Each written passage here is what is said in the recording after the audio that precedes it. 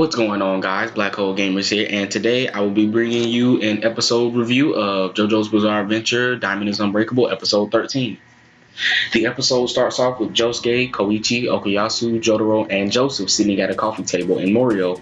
Jotaro was able to retrieve the bow and arrow from Akira's house, and Red Hot Chili Pepper has been stealing quite a lot of stuff. But right now it seems like that threat has been averted completely. So now they are in possession of the bow and arrow, so no other stand users should be created, hopefully. But we cut from that and we cut to Josuke and Joseph's relationship. Their relationship in this episode was expanded upon immensely, and I enjoyed that. Joseph senile, oh my god, man. Joseph, even when he's senile, he's so dang funny. You gotta love it. He still has that Joestar charm from part 2 and that granddad swag from part 3. Love it. Josuke doesn't really like Joseph that much. We could probably tell that in the beginning of the episode. He can't respect the man who hasn't been there in his life, and that kind of hits home for a lot of people, and I could kind of understand what he's talking about there. But their dynamic was really funny in this episode. Like Joseph getting on a bus to go to God knows where, and Josuke having to run it down. And while he's running, while he's resting from that long run, I know it had to be, Joseph feels something tugging at his pants, and he looks down. And he's like, "Wait, what is this?" He sees tiny handprints in the dirt. He's like, "No, this is a stand user. This has to be a stand user." But handprints that's that small, it was a baby. Apparently, this baby is a natural born stand user.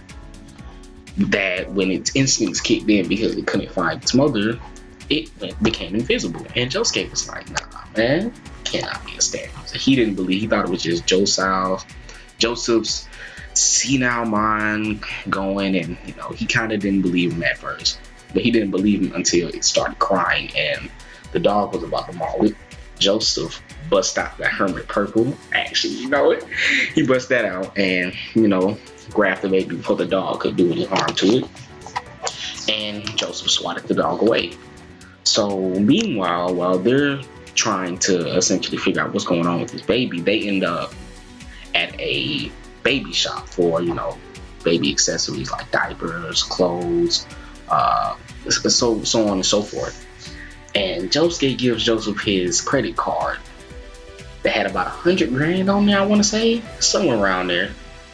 And Joseph does not have that mindset he had in part 1. He could kind of haggle with somebody and get a know what he was doing. Joseph doesn't have that anymore, man. His mind is really going. He was cute in this episode. But they walk out of the baby shop with too many supplies, now that I think about it, and they end up in a park. Joseph's putting makeup on the baby. He's dressing them up so they can see her, not him, so they can see her and be able to know where she is at all times. But then the baby kind of gets a temper tantrum and its ability activates. I looked it up and I think it's called Octung Baby. Not sure what song that's referencing, but everything within this baby's essentially area range becomes invisible. And when Joseph tries to catch a cigarette butt that was about to be thrown on his baby by a bicyclist that was riding by, he accidentally tips the carriage over, and it kind of goes down a hill. And everything that it's essentially rolling on, trees, grass, it is becoming invisible. The baby ends up landing in I want to say a lake type area, and Josuke dives in, but to no avail because he can't see the baby because it's invisible. Joseph jumps in and uses the Joestar wicks to cut his arm and turn the water red, so that way they could see when the baby turns the blood invisible, because it has color in it and it's not clear, that the baby's ability would activate, and essentially it would show where the baby was at that exact time. So Josuke was able to retrieve the baby this way.